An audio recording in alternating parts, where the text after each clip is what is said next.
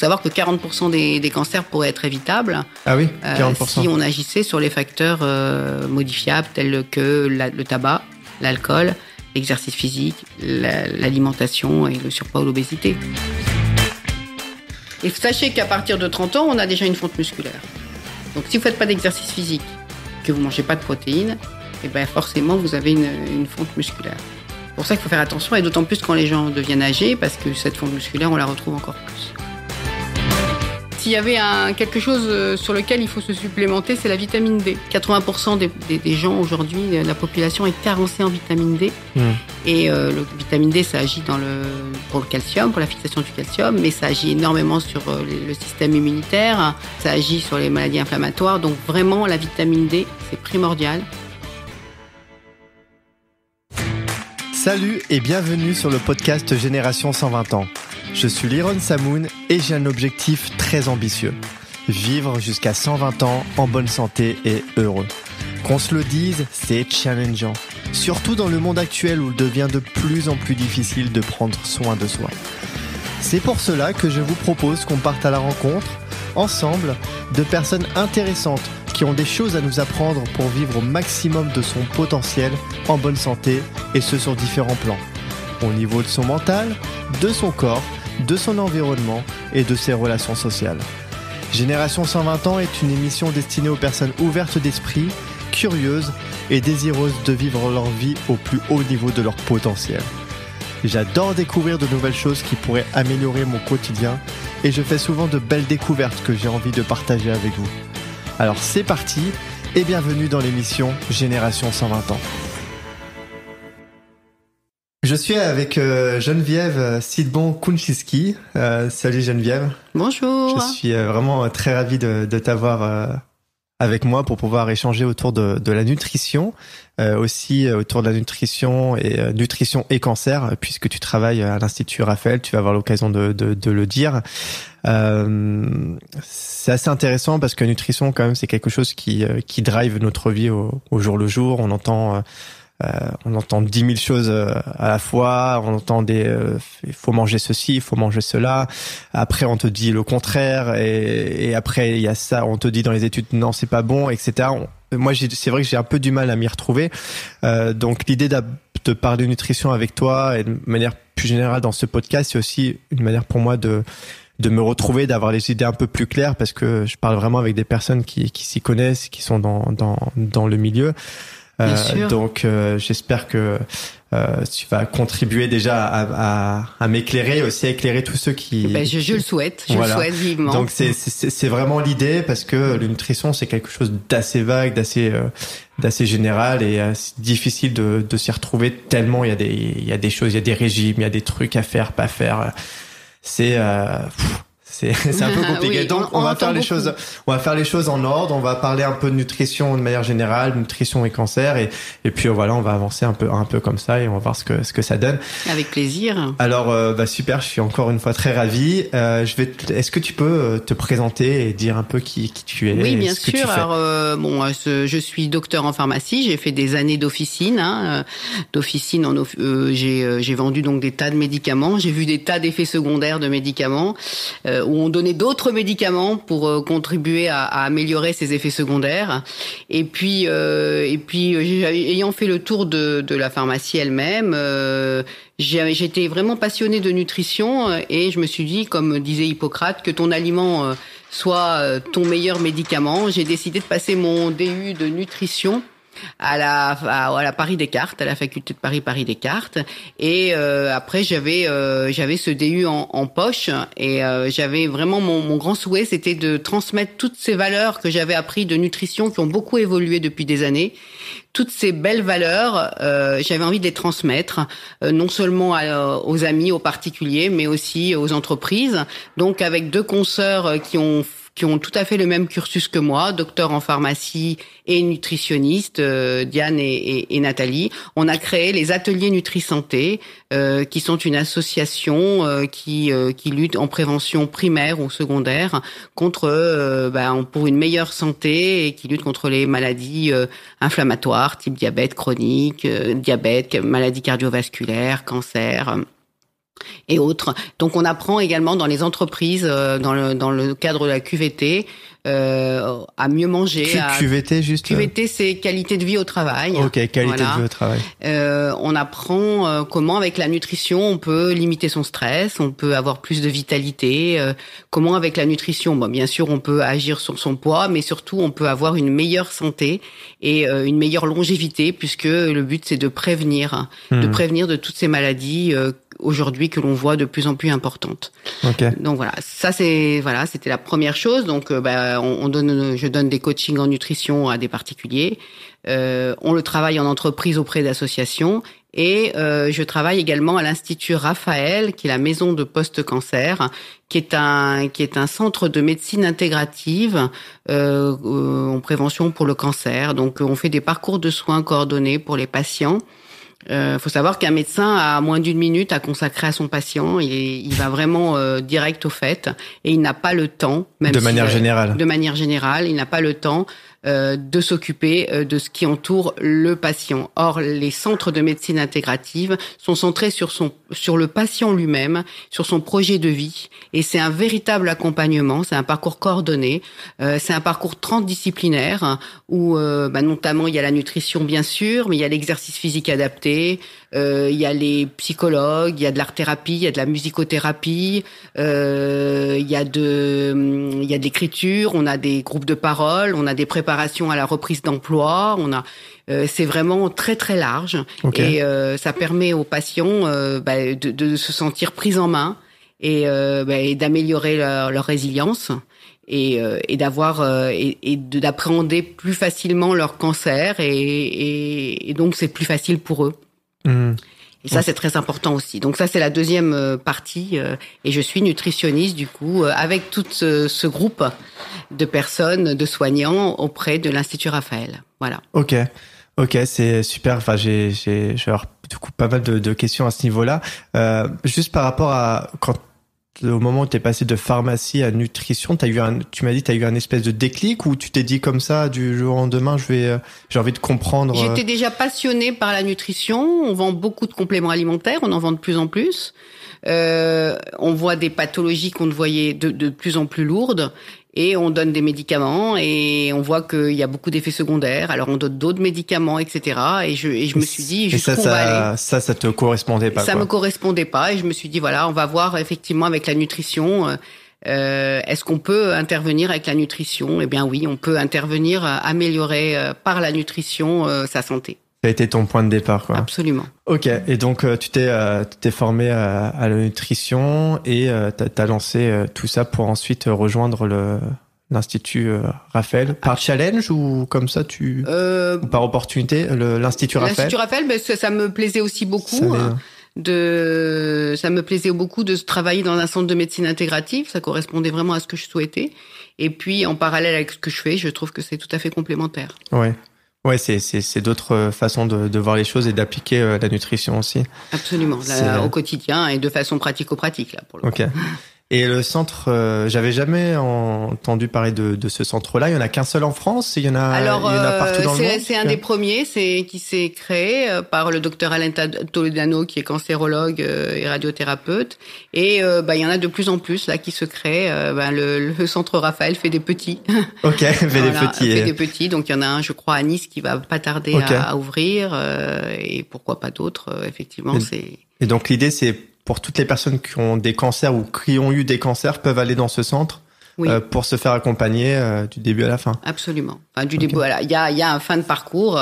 C'est souvent difficile de l'estimer parce que les gens ils sont tellement bien. Ils ont des cours de yoga, ils ont des cours de shiatsu, ils ont des cours de tout et qui leur fait beaucoup de bien. Et c'est vrai que la fin de parcours est difficile à déterminer. Et c'est pris en charge ça ou Alors justement, comment ça se passe, en ce qui concerne l'Institut Raphaël, tous les soins sont offerts. Donc en fait, on ne vit que de mécénat. Donc le but, c'est que on vit de dons, de mécénat. Ok. Ça doit être assez prisé du coup. Enfin, c'est très prisé. Il y a une liste d'attente importante. Ok.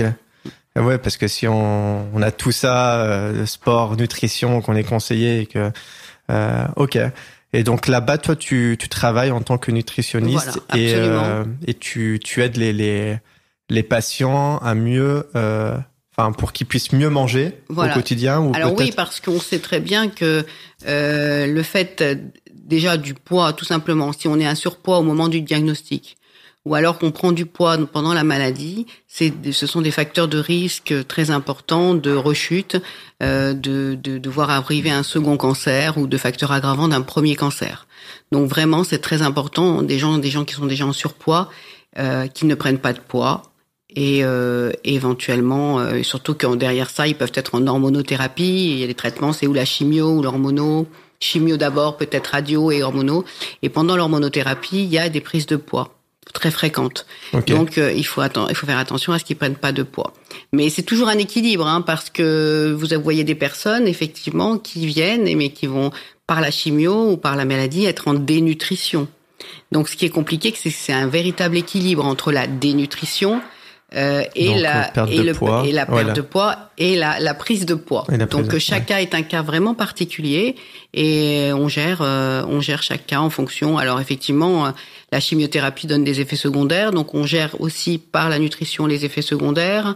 Ce sont des gens qui ont parfois du mal à manger, qui ont des problèmes de gingivite, qui ont des problèmes de mucite, et du coup, il faut qu'ils mangent quand même. Donc, on travaille aussi sur le fait qu'ils aient une alimentation équilibrée et variée. Ok. Là, tu dis alimentation équilibrée et variée. Si je comprends bien, il n'y a pas vraiment, entre guillemets, de recette miracle en termes de nutrition quand quelqu'un a le cancer ou quelqu'un a eu le cancer. Alors bien sûr qu'il n'y a pas il n'y a aucune recette miracle, c'est sûr. C'est peut-être une question naïve comme ça. Non, pas du tout. On peut mais les études ont été faites et prouvent qu'il y a des choses effectivement qu'il faut limiter au maximum. Il y a des choses vers lesquelles il faut tendre et tout doucement, il faut arriver à faire comprendre aux personnes qui n'ont pas forcément eu l'habitude et qui ont des fois culturellement une habitude de manger beaucoup très gras, très riche. Plus de chocolat.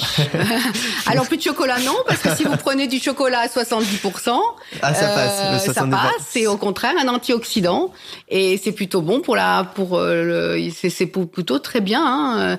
Mais c'est vrai que si c'est du chocolat au lait ou du chocolat blanc, c'est à bannir quoi. Ça il vaut mieux éviter. C'est vrai que maintenant je mange que du chocolat noir au minimum 70%. C'est formidable. Donc peut-être tout doucement, puisque en fait on peut s'habituer et tout doucement tu peux éventuellement monter à 80, 85 et plus tu vas prendre des chiffres hauts et moins tu auras envie de prendre le stade ultime 99%, le truc que j'ai jamais réussi à manger. Et effectivement c'est assez amer, mais celui-ci est amer. Mais on peut quand même commencer à 70 et monter un petit peu aussi. C'est le niveau, ok. Du coup, pour revenir à ce qu'on disait, il n'y a pas d'aliment miracle, c'est trouver un équilibre. C'est trouver. Il y a des grands principes. Voilà, qui ont été, alors, vers quoi il faut tendre et vers quoi qu'est-ce qu'il faut limiter dans ce cadre-là? Déjà, il faut limiter tout ce qui est viande rouge, très riche en acides gras saturés, tout ce qui est viande, charcuterie. On estime qu'en général, on prend pas plus de 400 grammes de viande rouge dans la semaine, ça veut dire environ 2 fois par semaine. La charcuterie, c'est limité à 150 grammes. Donc on évite tout ce qui est... Quand tu dis limité, si on peut éviter carrément, c'est encore mieux. Oui, c'est encore mieux. Mais ils en font un petit peu de la viande, parce que on pouvait parler tout à l'heure, nous parlions du régime vegan. Régime vegan, c'est un régime végétalien, pourquoi pas. Mais le problème, c'est que pas de viande du tout, pas de protéines animales du tout. Vous avez des carences en vitamine B12. Donc, c'est des gens qui doivent se supplémenter en vitamine B12. On peut pas trouver ça dans les fruits et légumes ou des... La vitamine B12, vous les trouvez dans la viande la plupart du temps. C'est ça le problème. Okay. Dans les abats, dans la viande. On trouve pas dans les légumineuses ou dans les choses comme ça. C'est pas spécialement. Ou alors très peu, non. C'est vraiment une carence si jamais vous n'en mangez pas du tout. Donc, en général, ils se supplémentent. Tout ça pour dire qu'en fait, la viande rouge, on peut en manger. Rien n'est à bannir, rien n'est à bannir, mais les choses sont à limiter. Donc, la viande rouge, 400 grammes, ça vous fait quand même manger 2 fois par... Oui, c'est pas mal quand même, 400 grammes. C'est pas mal, ça vous fait, en moyenne, c'est 150 grammes, 200 grammes, une belle portion. Ouais. Donc là, vous avez quand même 2 fois par semaine. La charcuterie... c'est riche en produits nitrés et on sait qu'avec les nitrés et qui avec l'organisme qui sont des amines, on a des nitrosamines qui sont cancérigènes. Donc la charcuterie, elle est à éviter, mais on peut en manger de temps en temps. Okay. Il faut vraiment se faire plaisir aussi, C'est pas le but de se dire je fais un régime, on arrête absolument, jamais de régime restrictif. Le but c'est de rester toujours dans le plaisir. Et ça, c'est très important. Donc ça, effectivement, il faut limiter. Il faut aller vers tout ce qui est fibres, fruits et légumes, hein, bien sûr. Hein. Quand on dit 3 fruits et légumes, 3 légumes et 2 fruits par jour, effectivement, il faut manger des fruits et des légumes, des fibres, ce qu'on appelle les fibres. Les fibres, c'est extrêmement important. On les trouve dans les fruits et légumes, mais également dans les céréales complètes, dans les légumineuses. Donc il faut vraiment s'habituer à en manger régulièrement. Ces fibres-là, ça permet de régulariser la glycémie, ça diminue l'absorption des graisses et du sucre qu'on mange. Donc quand on est en surpoids, c'est quand même important. Mais c'est aussi la nourriture du microbiote. Alors je sais pas si tu sais ce qu'est le microbiote. Ouais, on m'a dit que c'était j'ai cru comprendre que c'était le deuxième cerveau ou l'élément le plus important. Oui, absolument, c'est le deuxième cerveau, mais c'est surtout le microbiote, c'est ce qu'on appelait avant la flore intestinale, en fait. Okay, C'est aujourd'hui, avec l'avènement de la biologie moléculaire, on a enfin commencé à trouver qu'est-ce que c'était que cette flore intestinale. Et on l'appelle le microbiote. C'est 100 000 milliards de bactéries, de bonnes bactéries, qui tapissent la muqueuse intestinale et qui protègent, qui a un effet aussi, une fonction métabolique, une fonction de digestion, une fonction d'immunité, mais qui protège aussi contre tous les virus ou les bactéries inopportuns. Et quelles sont donc toutes ces bonnes bactéries? Il y a aussi des champignons et d'autres virus, mais surtout des bactéries. Et la nourriture de ces bactéries, le sandwich de ces bactéries, eh bien, ce sont les fibres. Donc, si on veut éviter en prévention, quelles que soient les maladies, il faut manger des fibres, donc des légumes, des fruits, des céréales complètes, etc. Parce que ça va les nourrir, donc ils vont pouvoir agir et éviter cette perméabilité intestinale. C'est là qui fait que on peut avoir effectivement pénétration de bactéries, de choses comme ça. Donc le but, c'est que l'intestin est fait. Il y a des jonctions. Et si on ouvre, c'est ouvert entre ces jonctions, il y a une perméabilité intestinale et c'est là où il y a les problèmes qui peuvent commencer. Donc, il faut éviter. Et donc, vraiment, ce qui est très, très important, et je crois que la base, c'est manger des fruits et des légumes. C'est-à-dire que quand on dit manger des fruits et légumes, c'est pas prendre une demi-pomme et quelques feuilles d'épinards. La moitié, ça veut dire qu'une ration d'une assiette, c'est la moitié de l'assiette qui doit être faite de fibres. Alors ça, effectivement, c'est des légumes. Même si vous avez envie de manger une belle pizza, bah oui, mais alors mangez des légumes avec votre pizza. On peut mettre plein de légumes sur la pizza. On peut mettre plein de légumes sur la pizza, c'est l'idéal. Ok, ouais. Voilà. Et donc, on estime qu'il faut manger d'ailleurs 25 à 30 grammes de fibres par jour. Fibres avec céréales complètes, fruits et légumes, etc. J'ai une question par rapport à ça, parce que j'arrive pas à trouver de réponse, parce que on me dit, en termes, en fait, est-ce que les fibres sont liées à la qualité nutritionnelle du légume ou de fruit. Enfin, je m'explique. On m'a dit, et je crois comprendre que quand on achète des fruits et légumes au supermarché, elles ont déjà perdu beaucoup de qualité nutritionnelle. A contrario, quand on va chez le producteur local, où on va faire son petit potager, son truc, là, elles sont vraiment, elles ont plein de vertus nutritionnelles, elles sont bien complètes, et là elles vont faire beaucoup plus de bien que les fruits qu'on va acheter au supermarché et les légumes. Donc est-ce que en fait, peu importe bio ou pas bio, ou en tout cas du producteur local ou supermarché à côté, là, pour pas citer de nom, on va avoir quand même les mêmes vertus ou les mêmes qualités. En termes de fibres, oui. En termes de fibres, oui. Ça, c'est sûr. Après, bien sûr, on a un autre problème, bio, pas bio, producteur local, bien, ça, c'est pesticides et voilà. Mais ça, c'est un autre souci. En termes de fibres, vous en avez de la même manière. Hein. Ça ne change pas la qualité des fibres. Ça peut changer la composition en vitamines, ça peut changer effectivement d'abord la saveur, la qualité, bien sûr. Mais en termes de fibres, il y en a de la même manière.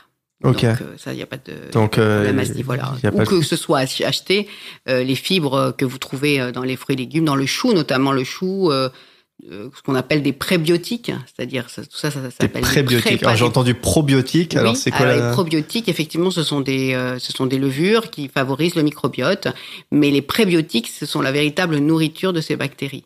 Donc vous avez notamment le chou, le chou-fleur, le kéfir aussi, voilà, ce genre de choses qui sont en général des choses, des légumes, des aliments fermentés, et ces aliments fermentés favorisent une belle qualité de microbiote. Ce microbiote, il doit être diversifié et il doit être en quantité suffisante. Les deux choses sont liées. Aujourd'hui, on analyse les microbiotes Ça peut être, si on arrive à trouver, on est encore au début des recherches, ça va être formidable pour les maladies inflammatoires comme les MICI, ça va être formidable pour les problèmes d'obésité, parce qu'on s'est aperçu qu'on peut modifier par le microbiote, on pourrait modifier certaines pathologies. Donc potentiellement on pourrait guérir de plusieurs maladies en traitant le microbiote. On travaille, on prend des gélules de sel, du coup, c'est ça, on prend les gélules de sel. C'est déjà fait sur certaines infections au Clostridium, qui sont faites et ça fonctionne. Maintenant, on n'est pas encore, on n'a pas terminé, on est encore en recherche. Mais on peut analyser son microbiote. Ça existe. On peut l'analyser, c'est-à-dire je peux aller voir un docteur, il me dit. Alors ça se fait il y a des tests qui existent aujourd'hui, qui commencent à exister pour l'instant. Certains médecins vous diront que c'est pas encore à jour. Alors il y a beaucoup de commercial, de marketing autour de ces tests qui sont, mais on va y aller pian. On va attendre qu'on ait vraiment beaucoup de recul. Ok, donc on pourrait faire potentiellement dans un avenir proche, on pourrait faire un test et avoir des recommandations personnalisées pour avoir un microbiote au top de sa forme. Absolument. Ce serait formidable, et puis voir éventuellement à faire des transplantations de microbiote pour améliorer. Ah carrément, on pourrait faire des transplantations. Ouais. Tout à fait. On pourrait prendre le top du top, la personne la plus saine au monde, j'en sais rien, prendre son microbiote, peut-être on lui paye pour prendre un peu son microbiote et l'injecter. C'est surtout qu'on éviterait, pour éviter certaines maladies dont on sait qu'il y a un rapport avec le microbiote, mais tout vient du microbiote. Quand on voit, effectivement, on voit que au niveau de l'intestin, 80% par exemple des cellules immunitaires sont présentes. On voit aussi qu'il y a un axe effectivement cerveau-microbiote qui fait que quand on a mal au ventre, on va pas bien dans la tête. Ouais. Ça va souvent de pair parce qu'effectivement il y a un axe cerveau, c'est le deuxième cerveau, le microbiote. Ouais. Ok. Donc il y a la sérotonine, elle est sécrétée au niveau de l'intestin également. Au niveau de l'intestin, la sérotonine. Absolument. Ok. Voilà. Donc c'est vrai que le microbiote, il faut chouchouter son microbiote. Et donc on chouchoute, si je comprends bien, avec des prébiotiques et des probiotiques. On chouchoute avec des prébiotiques et des probiotiques. Donc manger beaucoup d'aliments fermentés. Fermentés, des fibres. Beaucoup de fibres. Beaucoup de fibres dans son alimentation. 25 à 30 grammes par jour, c'est les recommandations de l'ANSES. Et puis pourquoi pas prendre des probiotiques aussi. Donc les yaourts notamment, c'est des probiotiques, par exemple. Les yaourts, n'importe quel type de yaourt. Les yaourts, c'est un probiotique. Alors après, vous avez différents types de bactéries. Mais tout simplement, les probiotiques sont effectivement... Un simple yaourt, il n'y a pas besoin d'avoir un yaourt probiotique. Enfin, de base, en fait, si je prends... Oui, alors après, ça dépend ce que vous avez. Après, c'est vraiment le panel de bactéries qui se trouve à l'intérieur du micromoque est très large. Donc, voilà, il faut... Après, il y a des sélections qui sont faites sur un type ou l'autre. Ok. Donc ça, c'est très important de faire attention à ça, justement, en termes de prévention cancer. Et puis donc les protéines, c'est très important, et de manger suffisamment de protéines. Les protéines, c'est la trame du muscle, la protéine, c'est ce qui permet de constituer de développer le muscle. Voilà, de constituant du muscle, mais c'est aussi toutes les hormones, les enzymes que vous avez dans le corps, et c'est aussi la base, les précurseurs de nos neurotransmetteurs. Donc pour être en forme, il faut pas. Par exemple, on a l'habitude en France, on a un petit déjeuner très glucidique, pas du tout moins protéiné que les Anglo-Saxons ou les Américains. On prend souvent le pain, les petites viennoiseries, ou alors une tartine de pain blanc avec de la confiture et du beurre et un jus d'orange. Et alors, ça c'est tout ce qu'il faut pas faire. J'ai appris ça il y a pas longtemps. Enfin moi ça fait longtemps que je prends plus ça, mais oui le fameux petit jus d'orange, la tartine beurrée avec de la confiture, et les petits gâteaux, les trucs comme ça de bon matin, c'est tout ce qu'il faut pas faire. C'est tout ce qu'il faut pas faire. Donc c'est dommage. Il faut effectivement réfléchir à son petit déjeuner. Et quand on questionne les gens, quand moi je questionne mes patientes et je leur dis si vous changez, vous preniez un œuf au petit déjeuner avec du pain complet, finalement elles apprécient beaucoup et ça passe très bien. Les protéines donc qu'elles prennent au petit déjeuner, ça va leur stimuler leur dopamine, leur noradrénaline, elles vont être en forme, plus concentrées, plus de vigilance, plus de pêche. Et puis en plus, donc un petit déjeuner avec du pain complet et non du pain blanc, par exemple. Le pain blanc, c'est du sucre en termes d'index glycémique. Ouais. Donc si vous prenez du pain complet ou aux céréales ou la farine d'épeautre ou du farine sarrasin, vous avez des index glycémiques qui sont plus faibles. Donc, du coup, une glycémie qui monte moins fort, vous avez moins de sécrétion d'insuline et de fatiguer le pancréas.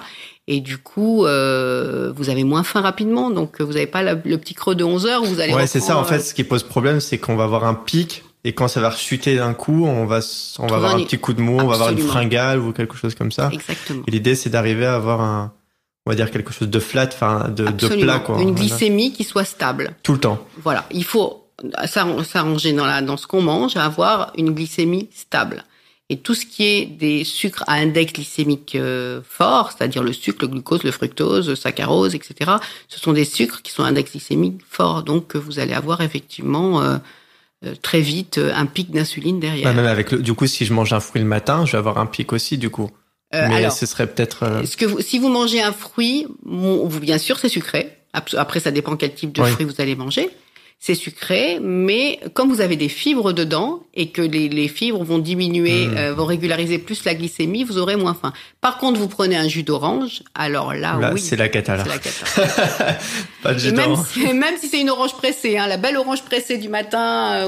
Si on presse au presse-agrumes, l'extracteur de jus, peu importe, ça alors, reste... le presse-agrumes, le presse-agrumes, vous les laissez les fibres dedans. Donc, vous n'avez plus les fibres. Ça veut dire que vous enlevez l'effet fibre donc vous ne chuchotez pas votre microbiote. Il n'y a plus de fibres. Et les pulpes, si on prend la pulpe, c'est pas des fibres. Là. Si, c'est les fibres. Donc, il faudrait prendre avec la pulpe. Voilà. Donc, il faut prendre l'orange. Et pas le jus d'orange. Mangez simplement une orange, mangez une pomme, mangez une poire, ce que vous voulez. Mais là, vous avez les fibres à part entière. Et si on fait un jus, et souvent les gens font des soupes. Voilà, moi, je fais du soupe, mais la soupe, vous avez enlevé tous les fibres aussi. C'est dommage. Donc, alors comment on fait une soupe avec des morceaux vraiment... Alors on peut faire un minestrone, un minestrone, c'est-à-dire vous mettez des petits morceaux vous le faites pas complètement mixer, vous laissez entier certains légumes. Voilà. Donc ça c'est important de se dire voilà, je pense bien manger parce que je me fais des smoothies, je me fais des soupes, mais garder les fibres. Ouais. On a tendance à oublier qu'il faut garder les fibres. Par exemple, je pense au potager, les trucs mixés et tout, c'est pas genre c'est bon, mais c'est... Alors, il vous reste les vitamines et les minéraux, c'est sûr, il reste les vitamines, mais l'effet fibre n'existe plus. Alors vraiment, il faut y penser à cet effet fibre. Intéressant. Et donc finalement, c'est cette histoire de glycémie, de pic, il faut arriver au fait tout au long de la journée à avoir un truc le plus... Il faut effectivement que la glycémie, la glycémie, elle soit pas sujette sans arrêt à des pics, qui fait qu'on a donc du coup une sécrétion d'insuline qui au bout d'un moment fatigue le pancréas et qui risque de donner un état de résistance à l'insuline et de diabète ou de choses comme ça. Donc et puis en plus quand on mange quelque chose que trop sucré, ça va se stocker en sucre, ça va se stocker en graisse. Donc voilà, si on mange des index glycémiques faibles, on aura une bonne glycémie qui sera équilibrée. Donc on dit pas non à tous les glucides, absolument pas. On dit limiter le maximum, effectivement, les index élevés. Donc, index élevé, c'est le pain blanc. C'est les carottes cuites, par exemple. Ah, les carottes cuites. Les carottes cuites ont un index glycémique. Par contre, tu manges des carottes crues, des carottes râpées, l'index glycémique n'est pas fort. Donc, il faut se fier et à faire attention aux index glycémiques.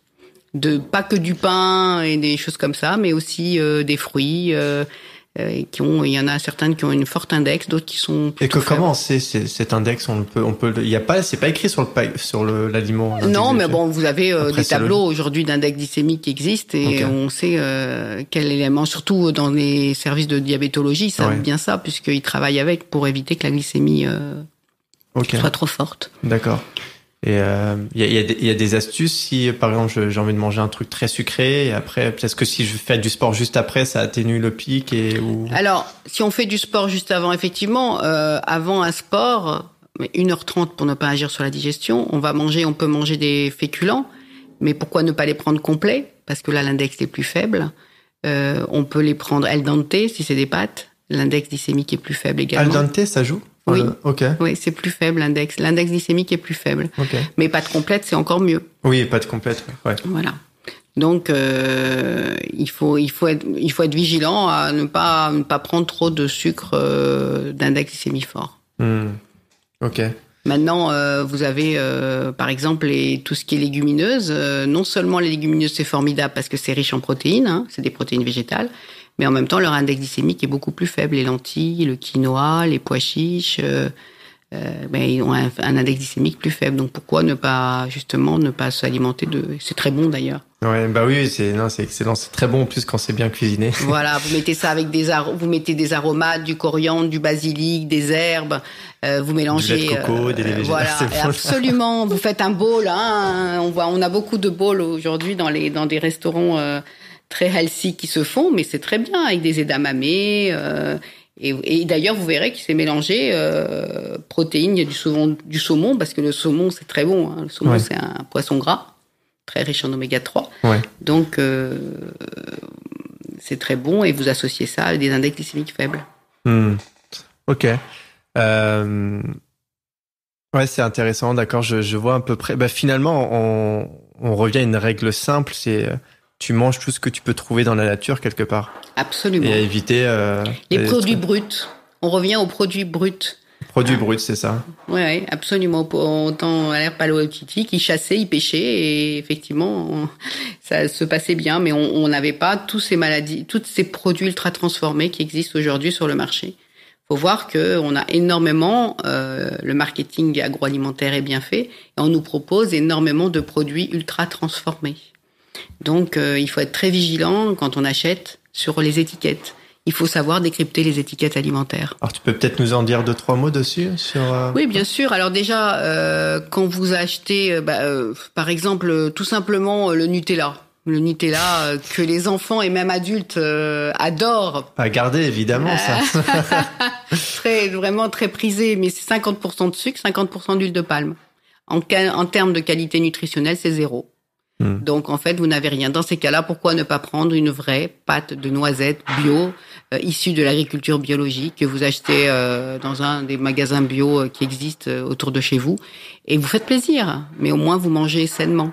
Ouais. Voilà. Donc, il faut faire attention à cette... et puis, parfois, vous avez des allégations, vous avez le marketing est bien fait, hein. Vous avez des photos, notamment, des fois, vous avez des biscuits avec un décor vert ou bleu et puis une belle amande. Vous dites, mais ça a l'air magnifique. Vous regardez pas, mais quand vous lisez les ingrédients, vous apercevez que il y a très peu d'amandes, par exemple, alors que la boîte montrait avant tout une belle amande. C'est écrit gâteau à l'amande. Voilà, gâteau à l'amande. Et vous regardez les ingrédients. Il faut savoir que les ingrédients sont toujours classés par ordre décroissant.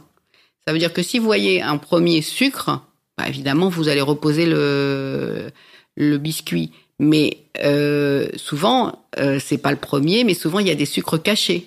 C'est-à-dire, il y a des appellations que vous n'arrivez pas à lire qui sont des sucres, mais c'est pas écrit sucre. C'est écrit amidon d'orge, amidon de farine, amidon de maïs, sirop de fructose-glucose, des appellations donc, comme tout ça, ça amidon de tapioca. Ça, ouais. Dès que vous voyez écrit amidon de quelque chose, ce sont des sucres. Ce sont des sucres qui sont faits pour améliorer l'appétence, qui favorisent le goût, mais aussi le moelleux. Par exemple, vous aimez bien, c'est mou, beaucoup plus agréable qu'un autre gâteau. Et ça vous donne une addiction d'ailleurs en plus, vous avez envie d'en reprendre un deuxième. Et tout ça, c'est vraiment mauvais pour le coup. Dedans, vous avez également des acides gras qu'on appelle trans. Les acides gras trans, ce sont des acides gras pourtant polyinsaturés, mais qui sont plus dangereux que les acides gras saturés.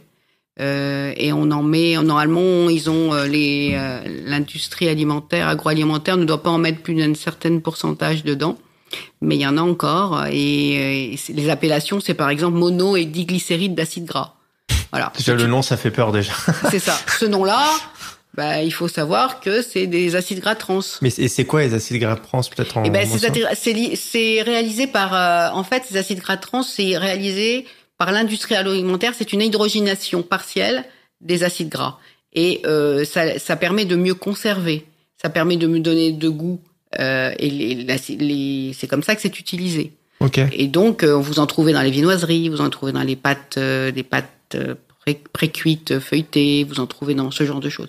C'est pour ça qu'il faut être très vigilant et vraiment lire les étiquettes alimentaires. Vraiment. Alors ça, moi, je le dis constamment. Chaque fois que j'ai une patiente devant moi, je lui dis, et on m'envoie des photos d'ailleurs, hein, parce qu'en général, on est en WhatsApp constamment, et on m'envoie des photos, on m'a dit, voilà, j'ai pris ça, qu'est-ce que t'en penses? Bah oui, mais regarde ce qu'il y a écrit.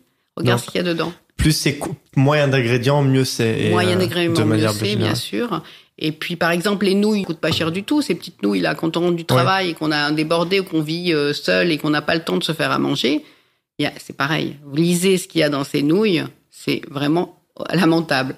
Donc, il faut anticiper son repas. Même quand on est jeune, quand on vit chez soi, quand on travaille et quand on rentre fatigué, on prend un petit apéro et on se dit j'ai pas très faim, d'accord. Mais alors, il vaut mieux manger un yaourt, un fruit, des légumes, voilà. On peut il y a des surgelés, hein, je nommerai pas. Il y a des magasins qui sont très bien là-dessus. Si vous achetez pas de plats cuisinés, attention. Donc tout ce qui est surgelé, fruits et légumes. Juste ça, c'est bon, mais à partir du moment où c'est cuisiné, c'est... Si c'est surgelé cuisiné, non, c'est forcément qu'ils ont dû rajouter des additifs qui sont pas de qualité. Maintenant, si vous achetez des haricots verts et qui sont surgelés ou des brocolis qui soient surgelés, il n'y a pas de souci. Simplement, au niveau du goût, c'est vrai que ça n'a pas du tout le même goût que des légumes, des brocolis ou des haricots verts frais que vous achetez, bien sûr. Il faut savoir quand même que les vitamines passent dans l'eau de cuisson. Donc, il faut, quand on garder un peu l'eau de cuisson parce que sinon, on perd les vitamines. Okay. À la chaleur, donc, les vitamines, au bout d'un moment, se dégradent, bien sûr. Ok. Donc, on boit le petit bouillon. Voilà, c'est ça, garder le petit bouillon. Mais le surgeler comme ça, sinon, c'est riche en vitamines. Hein. Ok. Et ça va être une question un peu naïve, mais du coup, si on fait attention tout bien comme il faut, on arrive à atténuer peut-être le cancer ou le traitement, ou alors... on peut se prémunir à un certain Alors, l'idéal, c'est de mieux manger pour prévenir ou les récidives ou en prévention primaire, en tout cas, toutes les maladies inflammatoires. Alors, le complément indispensable à une bonne nutrition, c'est bien sûr l'exercice physique qui suit. Donc, c'est vraiment, vraiment très, très important. On sait aussi c'est primordial d'avoir une activité physique, que ce soit pour une meilleure immunité, que ce soit pour aussi prévenir certaines maladies inflammatoires. C'est vraiment, ça va de pair. Ok. Donc, il faut manger bien et faire l'exercice. Enfin, le truc, on va dire, entre guillemets, basique, mais... Et dormir bien aussi. Et dormir bien, ouais. 7 heures de sommeil minimum, même s'il y a des petits et des grands dormeurs, il faut avoir un sommeil réparateur qui intervient sur l'immunité et sur toutes les hormones qui sont fabriquées la nuit. Ouais, c'est le trio gagnant, quoi. Voilà, c'est le trio gagnant. Mais ce trio gagnant, il est facile à mettre en place si on est un petit peu motivé. Et on peut être motivé quand on voit souvent un parent qui a eu une maladie inflammatoire et on prend un peu de recul et on se dit qu'est-ce que je peux faire. Il faut savoir que 40% des cancers pourraient être évitables. Ah oui, 40%. Si on agissait sur les facteurs modifiables tels que le tabac, l'alcool, l'exercice physique, l'alimentation et le surpoids ou l'obésité. Ce qui est énorme quand même. Ce qui est énorme. Ah oui. Ce qui est énorme. Donc en fait, il y a un vrai enjeu de santé publique là pour améliorer, faire de la prévention. Et c'est ça qui est intéressant, c'est arriver à faire comprendre aux gens que s'ils arrivent à mieux manger, et mieux manger ne veut pas dire sans plaisir, parce qu'aujourd'hui on mange avec plaisir juste en changeant une huile, en changeant un sucre, on vit plus longtemps et mieux. Ce qui est important, ce qui est essentiel, ce qui est mieux. Vous voyez, dans l'île, vous connaissez l'île d'Okinawa, on en a beaucoup parlé. C'est pas les zones bleues, là? Ça fait partie des zones bleues? Au sud du Japon, oui. en archipel, vous avez les plus de centenaires là-bas. Ouais, ça fait partie des zones bleues, ouais. Bon, il y a génétiquement, bien sûr, ça joue, mais derrière ça, ils ont une alimentation très peu riche en viande, si ce n'est pas du tout. Et qui est quand même très riche en oméga 3 parce qu'en poisson notamment. Viande blanche, c'est aussi. Enfin, c'est viande blanche, non, viande blanche, il y a pas de problème. Okay. Alors viande blanche, la viande blanche, poulet, par exemple, ouais, voilà, c'est ça. Très bien, tu as raison. Le poulet, s'il est élevé en une alimentation avec des graines de lin notamment, en plein air, c'est très bien parce qu'on aura un bon poulet. Riche en oméga 3, mais si le poulet il est élevé dans en une batterie, cage noire où ils sont noirs, où ils sont 15 000 dedans, et qui n'ont pas cette alimentation, le poulet ne sera pas de qualité. Donc ça sert à rien. Ou alors est-ce que ça reste des protéines. Ça reste quand même un peu des protéines. C'est pas dégradé ou ça disparaît pas quoi. Non, ça reste des protéines, mais en termes d'oméga 3, il y en a pas. Et les œufs, c'est pareil. Les œufs, si vous voulez des œufs riches en oméga 3. Eh bien, il faut acheter des œufs qui sont élevés en plein air. Alors, c'est pareil, là, vous avez des œufs où il y a écrit souvent une feuille tout un pré avec une petite vache dans la prairie. Oui, c'est vrai, tout est beau, tout est rose. Tout est beau, tout est rose, mais il n'y a pas écrit des œufs élevés en plein air. Okay. Ou alors des œufs 0 ou 1, en fait. C'est au niveau du... 0, 0 et 1 ? Ils sont codés, les œufs. Ah oui ? Oui, donc quand vous voyez 0 ou 1, 0 c'est bio et 1 c'est des œufs que vous pouvez manger. Après, c'est des œufs dont les poules ont été élevées en cage. Ok, donc idéalement, faut prendre des qui commencent par 0,1 dans le code barre et pour avoir des bons œufs, quoi. Ou alors, vous voyez, des œufs bio, ou alors des œufs qui sont effectivement élevés en plein air. Et non, parfois, il y a écrit le panier de je ne sais qui, Aurélie, ou je ne sais quoi d'Émilie, avec du verre, mais ça veut pas dire qu'il est élevé le panier d'Émilie en pleine cage, dans un hangar. Absolument. Donc, il faut être très, très vigilant parce qu'ils sont dans le marketing, ils sont très forts. Mais finalement, c'est ça le problème, c'est le marketing, j'ai l'impression. Oui, absolument. Surtout, quand on fait des courses, déjà, jamais faire les courses qu'on a faim. Ça, c'est la règle d'or, je crois. Très bien. Mais c'est vrai que quand on voit les beaux emballages, les beaux trucs, on a l'impression que c'est bien fait, c'est bon pour la santé, on voit un beau sourire. Voilà. Je pense à l'enfant Kinder, là. C'est ça, les têtes de gondole. Et puis, quand vous voyez tout sur une tête de gondole, et comme vous dites très justement, vous arrivez, vous avez très faim, vous remplissez votre paquet de tout ce que vous trouvez sur le... Voilà. Il faut effectivement anticiper. Tout est dans l'anticipation. Si on anticipe ses repas, on ouvre son réfrigérateur, on voit que de bonnes choses. Ça peut être que formidable. Mais c'est vrai que quand on a faim, on va prendre la boulangerie la première et on va manger un peu n'importe quoi. Ouais. Mais ça va être pas évident quand même d'anticiper. Toi, tu fais comment ? Tu prépares genre le dimanche pour la semaine ? Moi, j'ai un jour, une matinée dans la semaine où je vais au marché. C'est la matinée marché. Honnêtement, si on y va tôt, ça prend 2 heures. Et là, tu achètes tous les fruits locaux et éventuellement de saison, bien sûr, les fruits et les légumes de saison. Tout ce qui est parfum, coriandre, aromates, etc., qui parfume, qui évite que tu sels trop. Oui, ça aussi, c'est important. Le sel, faut pas trop saler. Petite parenthèse sur le sel, si on prend du bon sel aussi, est-ce que c'est pareil que par exemple, je pense ce qui est pas bon, c'est le sel fin, raffiné, je sais pas citer une marque ou vraiment le sel basique, alors que si on prend peut-être du sel, je sais pas, de Guérande ou de la fleur de sel, ça c'est peut-être... ça reste salé, le sel de Guérande, c'est très salé, ça reste très salé. Après, c'est plus ou moins riche en iode, etc. Okay. Mais en termes de sel... Mais éviter, un peu le sel... Il vaut mieux éviter le sel, de toute façon. Et dans ces cas-là, on peut très facilement le remplacer par des coriandres, du curcuma, du poivre, tout type d'herbe.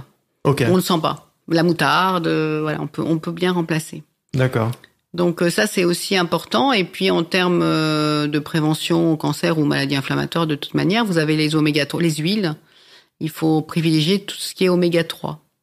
Alors les oméga 3, vous les trouvez dans certaines huiles. En fait, en France et en Europe, on a un déséquilibre en rapport entre oméga 3 et oméga 6. Et donc, il faut rééquilibrer tout ça en mangeant des oméga 3. Les oméga 3, c'est important parce que ça agit sur la fluidité de nos membranes. Donc, on a fait d'ailleurs une corrélation entre maladies neurodégénératives comme la maladie d'Alzheimer et taux d'oméga 3 chez certaines personnes. Mais ça agit également, ça agit comme c'est anti-inflammatoire par rapport aux oméga 6 qui sont pro-inflammatoires. Il y a une compétition dans l'organisme entre les deux. Les oméga 6 qui sont pro-inflammatoires. Et ça, on le retrouve aussi dans les aliments, l'oméga 6 ? Alors, absolument. Alors, les oméga 6 sont pas mauvais, mais simplement comme on manque d'oméga 3. Il y a l'équilibre. L'équilibre à avoir. Il faut privilégier les oméga 3. Alors, vous les trouvez où, ces oméga 3? Vous les trouvez dans l'huile de noix, l'huile de lin, l'huile de noisette, l'huile de caméline aussi. Le caméline, effectivement. Oui. Et puis, dans l'huile de colza. Donc, il vaut mieux limiter tout ce qui est huile de tournesol, bien sûr, qui est trop riche en oméga 6. Par rapport aux oméga 3. Et si on veut des oméga 3, il faut manger des poissons gras 2 fois par semaine. Donc, préférez manger des poissons gras comme la sardine, le maquereau. Ok. Voilà. Et sur toutes ces huiles, on peut y aller, il n'y a pas de restriction quelque part si on peut en mettre plein Alors plein, après ça dépend de vous. En termes de restrictions, après c'est une question de poids. Vous pouvez en mettre beaucoup, faites une petite sauce, vous la dosez avec la cuillère à soupe quand même. Ok, non, parce que si c'est bon, allez, j'en prends plein, c'est bon, ça rajoute du bon goût. En fait, toutes les huiles, les huiles contiennent des oméga 3, mais elles contiennent aussi autre chose. Donc il faut privilégier. Il y a du gras aussi quelque part aussi. C'est que ça reste riche, voilà, c'est ça. Ok. Donc les oméga 3, c'est vraiment important. C'est vraiment important d'en prendre régulièrement et de prendre tous les aliments qui en contiennent plus. Donc on fait attention également à ces oméga 3. tout ce qui est anti-inflammatoire. Voilà, c'est anti-inflammatoire. Anti-inflammatoire aussi, tout ce qui est farine blanche, tout ce qui est... Alors là, ça n'agit pas sur l'inflammation. Ça n'agit pas forcément sur les farines blanches. Le gluten et tout, non, c'est inflammatoire. Alors, la farine de blé, c'est pas bon pour les gens qui ont un problème de maladie cœliaque, en fait, effectivement. Maintenant, il y a une grande mode, les sans. En ce moment, c'est la mode des sans. On va manger sans gluten, on va manger sans lactose, on va manger sans. On a toujours l'impression qu'il faut manger sans quelque chose, mais en fait, pas forcément. Pas forcément. Il y a des gens qui ont juste parfois on peut avoir une intolérance, mais c'est pas une allergie. Il faut bien différencier l'allergie de l'intolérance. Donc, il faut jamais entraîner une éviction totale de la chose. Il faut au contraire en manger un tout petit peu pour éviter de se créer des allergies après. Donc, faut faire attention à souvent les gens aujourd'hui, il y a beaucoup de maladies il y a un syndrome qui s'appelle le syndrome de l'intestin irritable, ce qu'on appelle le SI, qui est du côlon irritable, qui est une maladie qui est vraiment un diagnostic par défaut parce que on n'a rien trouvé. Et les gens sont vraiment pas bien. Ils sont vraiment pas bien. Ils se sentent pas bien. Ça perturbe leur vie personnelle, leur vie professionnelle. Ils sont toujours et du coup, ils mangent sans lactose. Ils vont voir, ils enlèvent, ils remettent, etc. Il faut être très vigilant parce que ça peut entraîner des carences après. Donc, il faut vraiment qu'ils soient pris en charge, effectivement, par un... Et cette maladie, elle vient parce qu'on mange n'importe comment ou c'est ça d'autres... Il y a beaucoup de stress. Vous savez, les maladies, elles interviennent aussi quand il y a un stress important. Mais on ne sait pas. Ça, vous savez, la médecine, c'est pas une science exacte. Hein. Oui, sinon, ce serait trop facile. Voilà. Donc, il y a des choses qu'on ignore encore, mais on essaie de les traiter de manière symptomatique, en fait. Ok, ça marche. Pas mal de bon sens, finalement. Si je récapitule, beaucoup de fruits et légumes, pour avoir un gros apport de fibres, des oméga 3, donc de bonnes graisses, éviter tout ce qui est transformé, le sucre, et manger. Je pense que c'est il faut ça. Manger varié. Varié. Ouais, il faut faire aucune restriction. J'enlève rien. Je mange varié, je mange coloré, je mange équilibré. Je mange de tout. Il n'est pas question de dire ça je ne veux pas, je limite peut-être, je m'oriente plus vers de certaines choses, mais vraiment il faut que l'alimentation elle soit variée pour ne pas avoir de carence. Il faut qu'elle soit variée, équilibrée, diversifiée et colorée. Alors vraiment le coloré c'est vraiment important. Il faut des fruits il faut des légumes rouges, des légumes verts, avoir la bêta-carotène, avoir le folate, etc. Et quand on a cette alimentation on a une alimentation enrichie, on a tout ce qu'il faut en termes de micro-éléments, il n'y a pas de souci. Après, si jamais effectivement on s'adresse à une personne qui a des carences, alors c'est autre chose. Quand vous n'avez pas de problème de pathologie particulière, il n'y a pas de raison d'avoir des carences. Ok. Est-ce qu'il y a des compléments alimentaires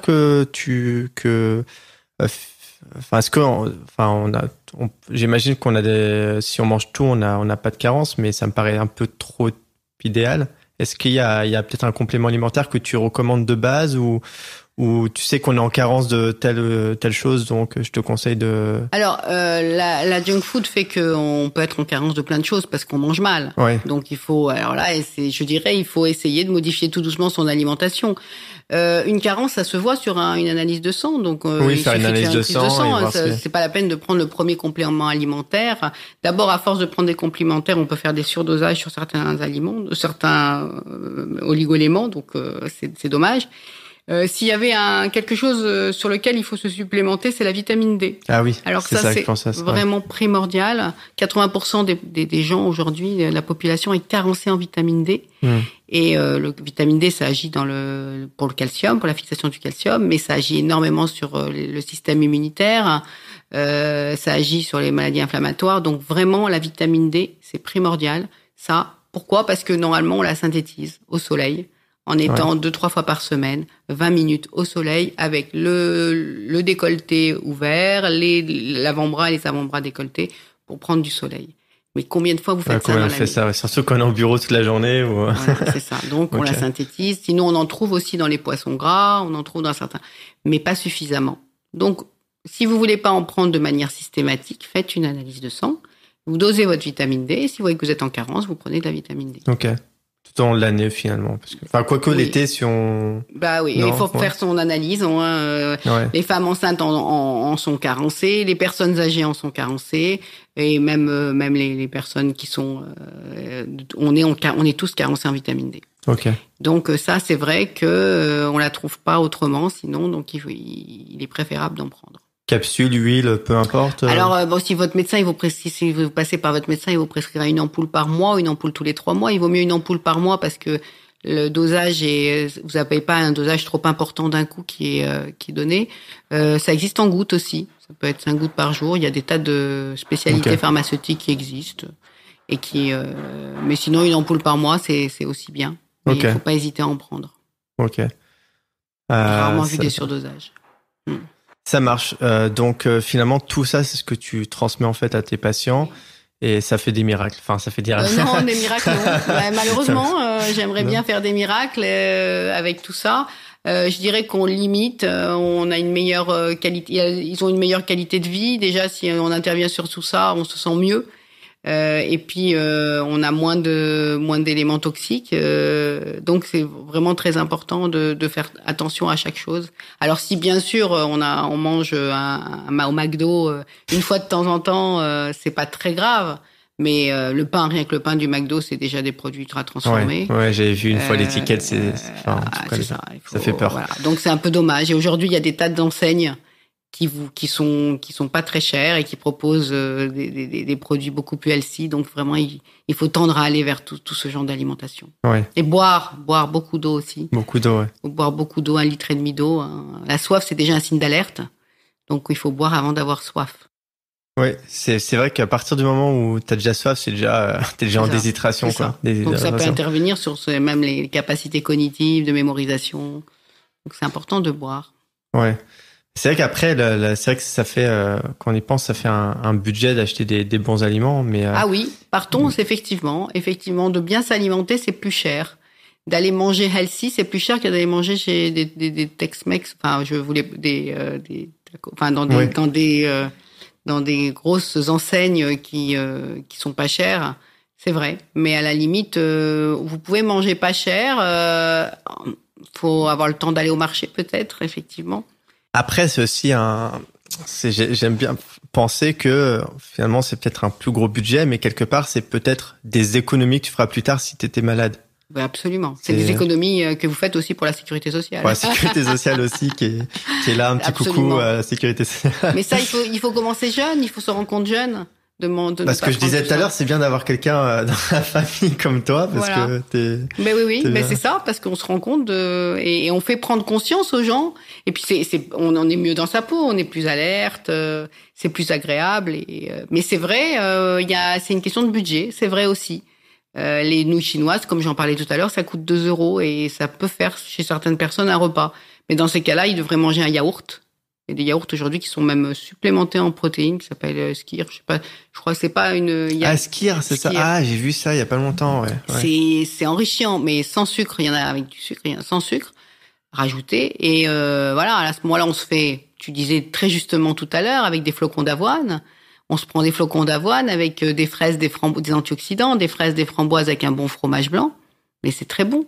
Et on a tout ce qu'il faut et on se fait plaisir. Ok. Hein. Savoir se faire plaisir, par contre. Faut pas que ça devienne quelque chose frustrant. Parce que sinon, ça ne tient pas. Ça ne tient pas, oui, c'est ça. Finalement, au début, on peut être motivé, mais au bout d'un moment, après, les personnes qui suivent tout ça, elles arrivent après à garder les habitudes, finalement. Enfin, t'as un suivi. Oui, alors, le problème, il faut faire un suivi régulier, hein. Le problème, il faut coacher les gens, les coacher régulièrement pour qu'ils ne reviennent pas. Mais là, j'ai une patiente, notamment à l'Institut Raphaël, qui avait beaucoup de mal parce que son grand plaisir avec son mari, c'était d'aller tous les midis prendre un sandwich au petit où elle connaît bien le petit vendeur de sandwich et c'est vraiment sympathique pour elle avec son mari et ils avaient un mal fou et aujourd'hui elle a appris et non seulement elle a perdu du poids mais son mari a perdu du poids et maintenant c'est lui qui lui prépare en lui disant ça je ne veux pas, non ça tu prends pas. Ça y est, elle a compris, elle a eu le déclic et elle se sent beaucoup mieux et c'est elle maintenant d'ailleurs qui prône auprès de sa famille les choses qu'il ne faut pas manger. Alors, dès qu'il y a un anniversaire, elle commence à stresser. Elle dit, mais qu'est-ce que je vais manger? Qu'est-ce que je vais manger? Est-ce que je vais pouvoir avoir des fruits? Est-ce que je vais pouvoir... Donc, Comme je lui ai dit, au lieu d'offrir un gâteau, offrez une belle corbeille de fruits rouges avec des fraises, des framboises, des antioxydants. Et ça fera plaisir à tout le monde. Et voilà. C'est vrai, moi, au début, si avant on m'offrait des corbeilles de fruits, j'allais dire pourquoi tu m'offres une corbeille de fruits, achète-moi des gâteaux, des bonbons, des trucs comme ça. Mais maintenant, c'est un truc qui fait super plaisir, surtout quand c'est des bons fruits. Voilà. Et manger de bons fruits, manger même. On peut faire des gâteaux healthy, hein. On en parlait tout à l'heure. On peut faire des gâteaux en faisant attention à ce qu'on met dedans. On n'est pas obligé de prendre les recettes qu'on trouve sur Internet avec 300 grammes de sucre, du beurre, etc. Un gâteau peut être très bon, même tu m'as fait goûter un super gâteau, là. C'est quoi? Un gâteau au chocolat. Il y avait, tu m'as dit de l'amande dedans. C'est ça. C'est un gâteau sans beurre, sans sucre, sans farine, qui est délicieux. On remplace. Oui. Alors, je donne le truc. Oui, oui. Allez, tant qu'à faire. On remplace le beurre par de la compote de pommes. Et vous avez le moelleux, et donc c'est ce que tu as pu goûter. Il n'y a pas de sucre, puisque déjà, le chocolat en lui-même est déjà sucré. Ouais, tout à fait. Donc, ça manque pas. Et puis, on modifie, on prend pas de farine. À la place de la farine, on met de la poudre d'amande. Donc, les gens qui n'aiment pas gluten, ils sont tranquilles. Et en plus, l'index glycémique des amandes est beaucoup plus faible que celui de la farine. Et ça donne un gâteau super délicieux. Ah bon. Merci. J'adore reprendre une petite part. Ah ouais, complètement. Avec plaisir, il y en a encore. Super. Est-ce que le sucre de coco, je vais juste faire une petite parenthèse. Oui, le sucre, c'est très bien. Index glycémique. Parce que j'ai remplacé tout le sucre, moi, blanc par le sucre de coco. Parfait. Okay. Alors, il faut aussi faire attention parce que ça reste du sucre. Ouais. Donc, le but, c'est quand même de ne pas avoir cette addiction au sucre. Vous savez que l'addiction au sucre, elle est très importante. Vous prenez 2 souris, vous leur mettez 2 possibilités, la cocaïne et le sucre. Les souris vont se diriger vers le sucre parce que c'est très addictif, le sucre. Ouais. Donc, le sucre de coco, c'est très bien en termes d'index glycémique parce que c'est beaucoup plus bas et c'est avec ça que je fais mes gâteaux d'ailleurs. Mais attention parce que le goût du sucre, vous l'avez quand même. Et le but, c'est de limiter au maximum le goût et l'avoir envie de ce sucre. J'ai une petite question justement par rapport à ça parce que j'avais déjà fait un challenge sans sucre et là, j'essaie vraiment de diminuer mon sucre. Mais il y a quelque chose que je ressens et ça vient cette addiction au sucre, finalement, quelque part, c'est après un repas, cette envie de manger un truc sucré. Alors, peut-être le repas n'est pas assez consistant, peut-être. Ah oui, c'est un manque de consistance dans le repas qui fait qu'on a envie Est-ce que tu manges suffisamment de protéines dans ton repas? Pas tous les repas, forcément, mais faut manger midi et soir des protéines. Oui. Voire le matin. Aussi le matin, ok. Donc, si tu manges pas assez de protéines, tu as faim. Ou alors, tu as dû manger peut-être un index glycémique fort qui t'a donné faim. C'est pas vraiment à la fin, c'est cette sensation à la fin. Ça, j'aimerais bien prendre un petit dessert, un petit truc sucré, tu vois. Alors pourquoi pas un morceau de chocolat à 70%? Ouais, oui. Un chocolat noir. Ouais. Donc ça peut être tout simplement, ou une pomme que tu fais un peu cuire au micro-ondes avec de la cannelle. C'est très bon. Oui, c'est très bon ça. Ouais. C'est sucré la pomme. Hein. Oui, on a tendance à oublier, oui. On a oublié, mais tu mets un petit peu de chocolat fondu dessus ou tu mets un peu de cannelle et t'as un très bon dessert healthy. Ouais, ça y est, tu m'as convaincu. Tu m'as convaincu, oui, c'est vrai que on y pense pas forcément. Mais après, j'ai tendance à dire aussi, à me dire et à dire aux autres déjà, si tu travailles sur ton environnement, c'est-à-dire si dans les placards, t'as pas de gâteau, t'as des fruits, des légumes, des fruits à coque et tout, déjà, ce sera beaucoup plus facile que si t'avais un placard rempli de Alors, tu parles très justement des fruits à coque. Si tu as faim, prends 5 amandes non sucrées, non salées. Les amandes, c'est fabuleux. C'est riche en protéines, c'est riche en oméga 3. Il y a des fibres dedans. Donc voilà, au lieu de prendre des petits gâteaux, toujours dans sa poche, un petit peu d'amandes, des noix de cajou, etc. Et c'est bien meilleur. Et ça passe bien, ouais. Et ça passe bien. Et ça, c'est bon pour la santé et c'est gustativement, c'est bon. T'as banni le sucre, toi, t'as plus de sucre? Même si j'ai banni le sucre, j'en ai toujours. Ouais. On a toujours du sucre caché. Ouais, dans les fruits, non. On a des le chocolat sucres, aussi. Mais même le chocolat est sucré. Oui, partout, tu trouves du sucre caché. Donc oui, nous, on évite le sucre, effectivement, à la maison, de manière générale. Et bon, on s'en porte pas plus mal. Et surtout, on n'a plus cette addiction. Voilà. Ce qui est important, c'est d'éviter cette addiction au sucre. Qui, après, plus on en prend sans arrêt, on en a envie. Et puis, ce qui est bien, c'est quand on arrête un petit moment, après, t'es plus attiré par tout ça. Moi, par exemple, les Kinder, je suis incapable d'en manger maintenant. Je trouve ça infect et dégueulasse, alors qu'avant, j'en raffolais. Et je dis, mais Kinder Bueno, les trucs que j'aimais bien, là, Et oui, mais J'y c'est arrive Kinder, plus. il n'y a pas pire en termes de produits c'est ultra transformés. horrible. C'est vraiment horrible. Mais tous les enfants en ont mangé et je comprends tout à oui, fait. oui, et c'est ça, mais on s'en rend pas compte. Moi, j'ai eu un papa qui m'a dit, je lui dis, c'est quoi votre petit déjeuner? Il me dit, je fais plaisir à ma fille, je me prends un œuf Kinder avec elle au petit déjeuner avec un jus d'orange. Oh. Aïe, aïe, le aïe, combo, aïe. le combo, je gagne. Ouais, donc en fait, voilà, c'est pas facile souvent parce que les gens, ils apprécient ce petit déjeuner et ils estiment que c'est difficile de changer. Donc, on y va tout doucement. Hein. C'est carrément un contrat qu'on fait avec la personne pour y aller tout doucement et pour apprendre parce que il faut pas tout enlever d'un coup, ça sert à rien. On n'y arrive pas. L'objectif, il doit pas être trop fort. Il faut y aller crescendo. Donc, on y va par étapes. Ok. Et ça va être en fonction de chacun, du coup, parce que, j'imagine, est-ce que tu conseillerais, t'aurais peut-être tendance à dire oui, parce que t'es dedans, mais être accompagné, ou en tout cas, est-ce que peut-être il y a des choses à faire importantes qu'on peut commencer tout seul?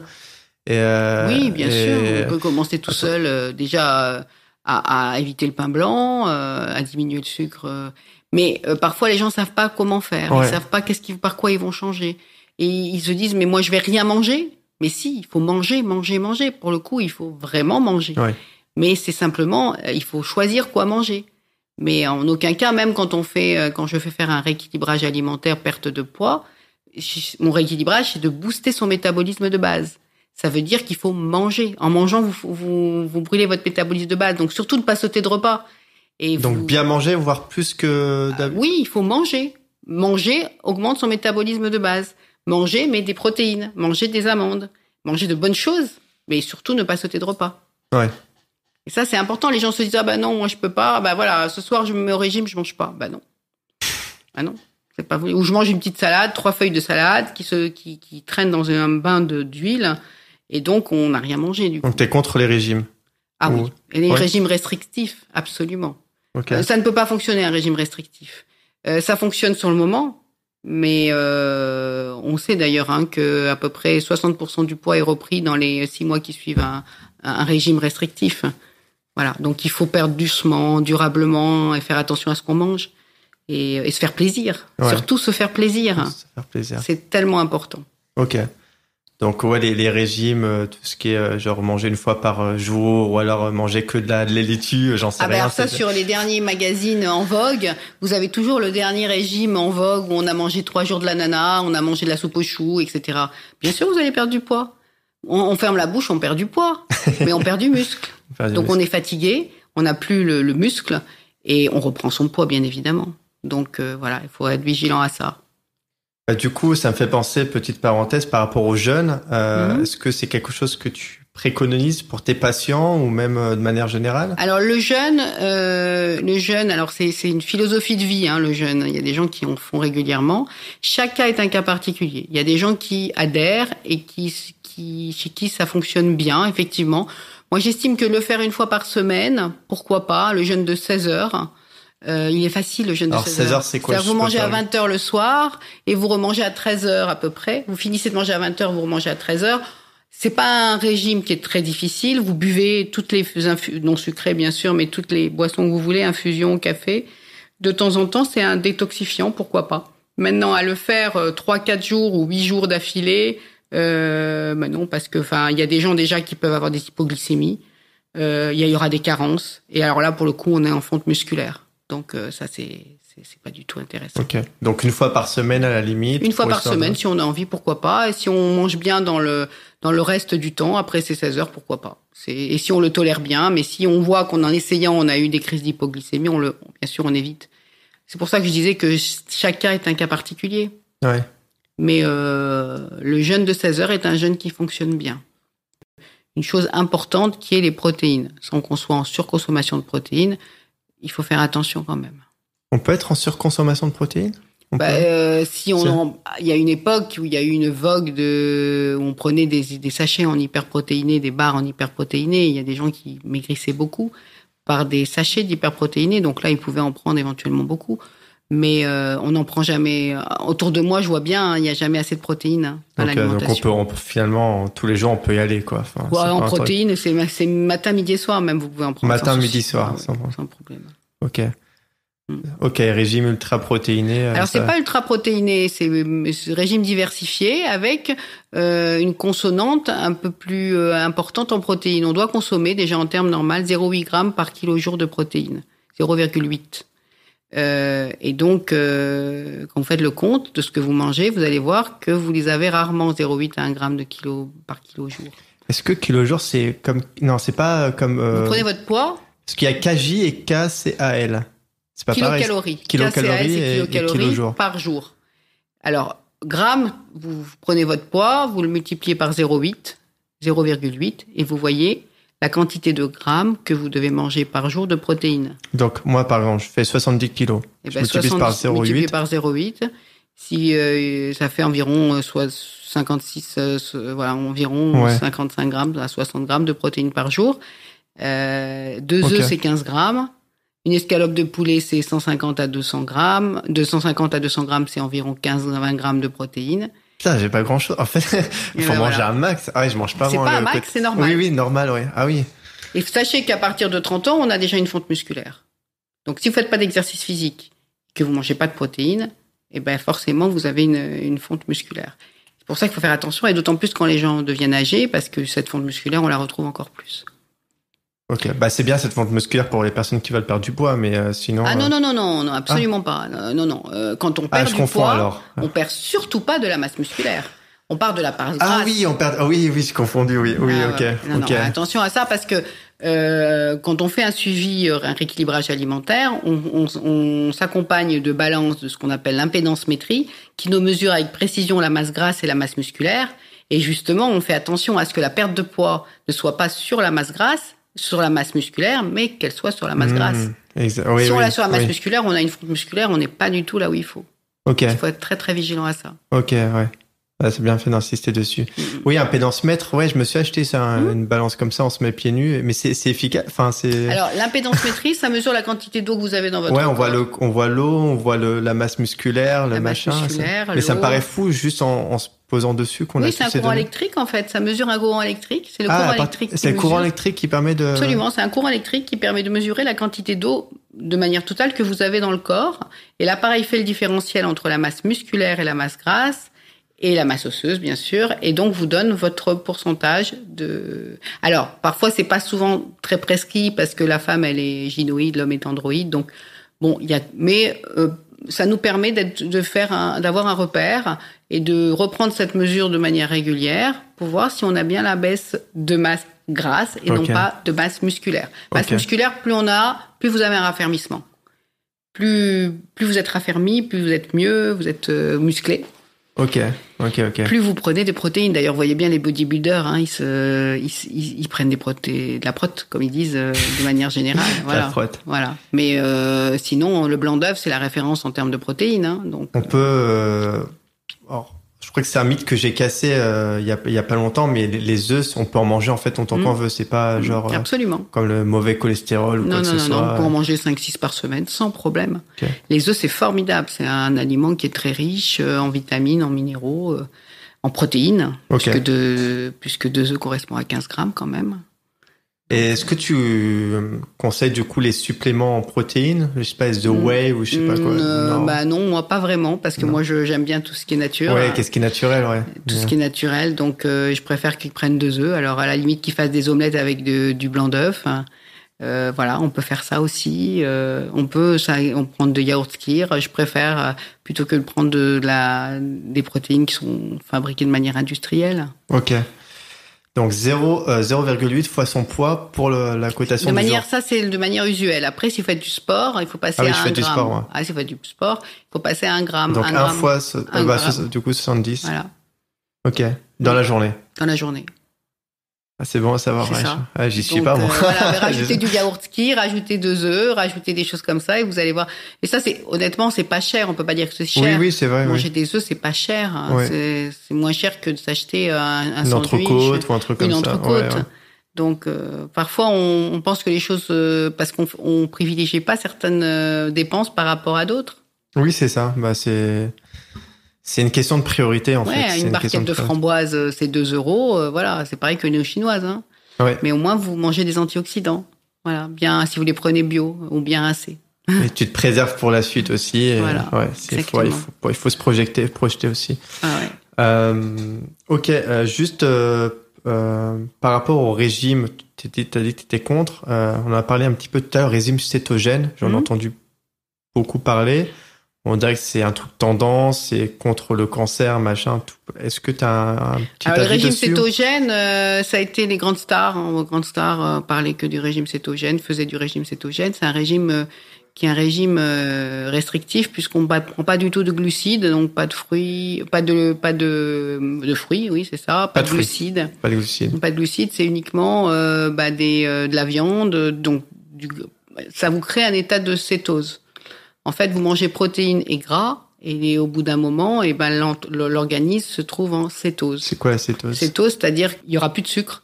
Il sera obligé d'aller dans le gras pour s'alimenter. Donc effectivement, on arrive à maigrir avec des régimes comme ça. Mais le problème, ce sont des régimes restrictifs. On peut faire ça un petit moment, mais ça entraîne des carences. Puis c'est très riche en acides gras saturés, puisqu'on mange de la viande, on mange beaucoup de charcuterie, de choses comme ça. Et donc, en termes de problèmes cardiovasculaires, c'est pas l'idéal. Ok. Donc après, c'est pas forcément contre le cancer, ça n'a pas été montré. Alors effectivement, il y a certains services où on préconise le régime cétogène, mais on n'a aucune étude scientifique de méta-analyse de ces grandes ampleurs qui nous prouve qu'effectivement on peut le faire. Et ça non. Ok. Ok, ça marche. C'est une petite, petite parenthèse. Ok, on a parlé pas mal de petites choses. Est-ce qu'on peut parler rapidement d'antioxydants? Oui. Est-ce que tu peux expliquer ce que c'est un antioxydant? Alors, un antioxydant, c'est ce qu'on appelle un anti-radicaux libres. Alors, toute la journée, on a des radicaux libres. Les radicaux libres, ce sont des molécules qui sont instables parce qu'ils ont perdu un électron. Donc, ils sont instables et c'est ces molécules qui vont créer des dommages dans nos cellules et entraîner le vieillissement. Donc, c'est ce qu'on appelle aussi les ERO, espèces réactives à l'oxygène. Et donc, il faut lutter contre cette oxydation. Dans l'organisme, les choses sont bien faites parce qu'on a des molécules qui luttent contre ces ERO. C'est des enzymes, notamment la glutathion peroxydase, on a la sulfaoxydase dismutase, voilà, ce sont SOD, ce sont des enzymes qui luttent justement et normalement il y a un équilibre. Mais quand on en rentre en stress oxydatif, c'est pas le stress peut engendrer le stress oxydatif. Okay. Et quand on rentre en stress oxydatif, du coup on en a trop, donc du coup il faut effectivement, ce qui est bien, c'est d'avoir des antioxydants pour lutter contre justement cette oxydation. Ces antioxydants, on les trouve effectivement dans les fruits et légumes encore. Pourquoi ? Parce que c'est la vitamine C, c'est la vitamine A, c'est la vitamine E, c'est le sélénium, c'est le zinc, c'est les flavonoïdes, les polyphénols. C'est les polyphénols. Tout ça, ce sont des antioxydants. Donc, alors, ce stress oxydatif, il y a des facteurs endogènes et exogènes. Endogène, ça peut être une inflammation, ça peut être des maladies auto-immunes, et de manière exogène, la pollution, les UV, trop d'UV, trop. Ok, là, ça influence. Absolument. Oui. Donc là, l'environnement, c'est très important, et donc tout ça, ça influence et ça peut entraîner un stress oxydatif. Donc c'est pour ça encore qu'on dit qu'il faut manger des fruits et légumes, parce que dans ces fruits et légumes, vous avez vraiment pléthore d'antioxydants. Vitamine C, AE. Est-ce que du coup, j'ai l'impression que c'est super les antioxydants. Est-ce que je peux me complimenter en antioxydants pour renforcer ou ça sera pas du tout la même chose. Non, ça sera pas. Tout ce qui est en complément alimentaire, il y a eu une étude qui a été faite, qui était l'étude Suvimax, qui était une étude importante où on avait fait justement qui a pas donné de bons résultats. Là, d'ailleurs, on n'a pas eu de résultats phénoménaux. On s'est juste aperçu que l'excès de bêta-carotène pris chez des hommes qui étaient fumeurs au niveau du cancer, que ça pouvait augmenter le cancer du poumon. Voilà, ça c'était en termes de. Mais sinon, les compléments alimentaires ne sont pas nécessaires. On s'est aperçu que justement que le vecteur fruit apportait beaucoup plus d'antioxydants que les compléments alimentaires, parce qu'il faut voir que il faut que ce soit absorbé par l'organisme. La biodisponibilité. Au niveau de la biodisponibilité, vous pouvez les prendre, vous les avez largement dans les fruits et légumes, le chocolat noir, le thé, le café. Tout ça, c'est riche en en antioxydants. Hein. Ok. Café, thé compris. Café, thé, c'est très riche en antioxydants. Polyphénol, vous en avez beaucoup dans le thé vert, dans le thé matcha aussi, qui est encore plus riche que les autres. Donc aujourd'hui, on peut, par l'alimentation, on n'a pas besoin d'aller acheter des tas de compléments alimentaires et qui sont pas forcément bons. Et c'est une pharmacienne qui vous le dit, je vais me faire des ennemis. Hein, mais enfin, vous pouvez aller acheter votre vitamine D, vous pouvez aller acheter certains probiotiques. Voilà, il y a des en pharmacie, c'est mieux que de les acheter sur Internet, bien évidemment, parce que c'est contrôlé. Hein. Oui. Évitez d'acheter sur Internet, ça, c'est clair. Ça. Ouais, ok. Après, si c'est des... Ouais, il faut pas aller sur n'importe quel site, quoi. Absolument, oui, bien sûr. Si c'est un site élaboré d'un labo qui est connu et laboratoire pharmaceutique, bien évidemment, ou un labo nutrition diététique, bien évidemment. Pas de souci là. Mais de manière générale, les compléments alimentaires, il n'y a pas d'intérêt en soi. Il n'y a aucun intérêt en soi. Par exemple, la vitamine C, vous prenez 2 pommes, vous avez votre ratio de vitamine C dans la journée. Hein. Oui, on n'a pas, c'est vraiment une alimentation. On en revient toujours au même. Hein, fruits et légumes, hein, c'est tout. Hein. Fruits, légumes, protéines, légumineuses et les fruits à coque. Voilà. C'est ça. C'est pas chercher les trucs miracles ou à côté. Ne pas trouver et avoir une alimentation saine, c'est ça. Et on n'a pas besoin de... Alors, bien sûr, je parle dans le cas général. Maintenant, quand vous avez affaire à des personnes âgées, des gens qui ont des symptômes de malabsorption, comme les maladies inflammatoires de Crohn, etc., ou des gens qui ont fait une sleeve, une chirurgie bariatrique, bien sûr qu'il faut prendre des compléments vitaminiques. Mais c'est pourquoi chaque cas est un cas particulier. Mais dans le cas général, il n'y a pas lieu. Si vous êtes en bonne santé, il n'y a pas lieu. Ok, d'accord. Bon, au moins, ça, c'est clair. Voilà. C'est clair. C'est vrai que j'ai tendance des fois à regarder un peu ce qui se fait au niveau des compléments alimentaires, mais, j'ai tendance à privilégier les compléments alimentaires qui sont biodisponibles et avec plusieurs choses en même temps et pas juste des choses qui sont individuelles. Alors déjà, effectivement, si vous prenez des compléments alimentaires, notamment, par exemple, vous avez, je donne un exemple, le magnésium, parce que c'est vrai que le magnésium, ça, on peut aussi se supplémenter dans la mesure où quand on est très stressé, on a une fuite urinaire de magnésium. Le cortisol entraîne une fuite urinaire de magnésium, donc on peut se supplémenter. Et dans ces cas-là, il faut privilégier le bisglycinate de magnésium, qui a effectivement une plus forte biodisponibilité. Bisglycinate. C'est un sel qui s'appelle le bisglycinate de magnésium, qui a une meilleure biodisponibilité que les autres. Parce que il suffit pas de prendre, mais si ça pénètre pas ça n'en pénètre pas ça sert à rien, dans les organes, ça sert à rien. Donc, il faut faire attention à la biodisponibilité. Ok, ça marche. Écoute, je pense qu'on a fait un bon petit tour, Geneviève. Je sais pas, est-ce qu'il y a des choses que tu aurais aimé aborder, ou des choses importantes qui sont importantes à dire? Je pense qu'on a fait le tour de tout ce qui est important, qu'on a vu ensemble. Il faut se dire qu'il n'y a pas d'aliments surtout à éliminer complètement. Pas d'avoir de frustration en se disant ça, j'adore et je peux plus le manger. Ça, c'est pas possible. Mais par contre, il faut tendre vers. C'est tout tendre à avoir une alimentation méditerranéenne. C'est l'idéal, c'est le régime méditerranéen. Éviter toutes les graisses saturées, tout le beurre, les viandes, trop de viande, mais un peu, pas, pourquoi pas. Et le régime méditerranéen est merveilleux. Voilà. Ok, ouais. J'avais cette intuition-là aussi. Ouais. Ok. Donc, c'est ce que tu dirais, en fait, aux personnes de manière générale, manger ce que vous trouvez de sain, fruits, légumes, fruits à coque, ne vous privez pas. Faut que ça soit avec plaisir, encore une fois. Absolument, le plaisir avant tout, mais dans la juste mesure. Mais dans la juste mesure, avec de bons aliments. C'est-à-dire, on ne se frustre pas. C'est pas dire je ne mange pas. Je mange, mais je mange des bons aliments. J'ai faim, je prends des amandes. J'ai faim, je mange un yaourt. J'ai faim, je me prends une belle... je suis dans la rue, je sais plus quoi manger, j'ai très faim, et je rentre dans l'épicerie et je me prends des framboises ou bio, ou que je les rince un peu avec de l'eau et du bicarbonate de soude si on a. Mais sinon, je prends un fruit, je prends quelque chose de... Voilà. Ou alors, si vraiment j'ai envie de me faire plaisir, allons chez un artisan vraiment qui fait son vrai gâteau et qui va vous donner sa composition. Exact. Et vous savez ce qu'il y a dedans. Et il y a du vrai miel et pas du faux miel. Et il y a voilà.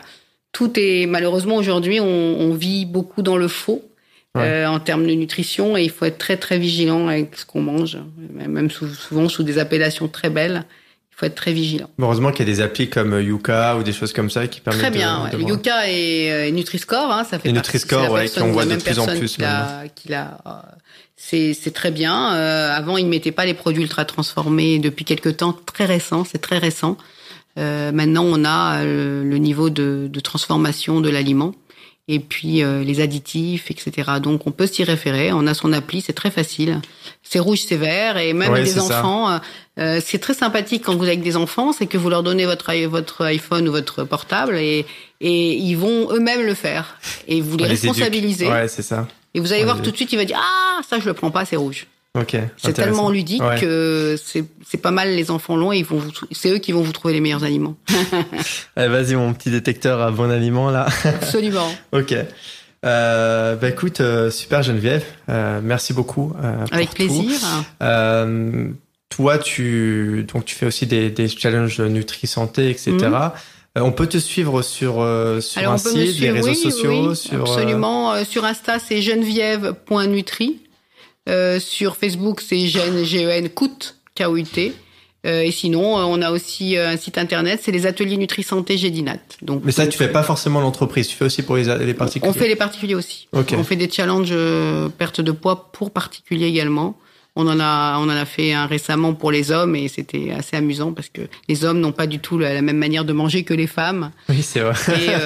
Et ça a été un challenge pour nous aussi d'arriver et c'est Et très ça a bien fonctionné. Parfaitement. Donc là, il y a les prochains challenges qui sont prévus là bientôt Là, il y en a un qui est prévu. Il y en a un qui est prévu dans 8 jours, mais voilà. Bon. Mais il y en a régulièrement. On en fait régulièrement. Ok. Donc, on peut te suivre sur ces réseaux. Absolument. Et je fais aussi des coachings personnels pour des gens qui veulent ou qui ont des problèmes type cancer, diabète, ou alors qui veulent simplement en perte de poids. Hein. Pas de souci, perte de poids. Ok.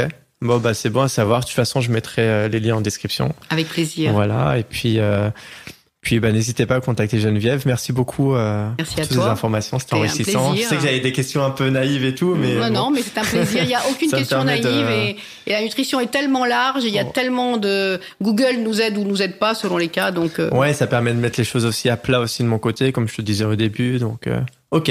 Très bien. Bon merci beaucoup à toi. Et à très bientôt. À bientôt. Super, merci beaucoup d'avoir écouté cet épisode de Génération 120 ans jusqu'au bout. J'espère que cet épisode vous a plu. Si c'est le cas, comme c'est un tout nouveau podcast, j'ai 2 choses à vous demander. La première, c'est de me laisser une note 5 étoiles avec un commentaire positif sur Apple Podcast ou d'autres plateformes, car ça m'aide beaucoup et surtout ça permettra à d'autres tout comme vous de profiter de ces discussions enrichissantes. Ensuite, si vous avez des commentaires, des retours à me faire, n'hésitez surtout pas. Ceci me permettra de progresser et vous proposer quelque chose de toujours plus qualitatif. Merci encore pour votre attention précieuse et je vous dis à très vite pour un épisode de Génération 120 ans.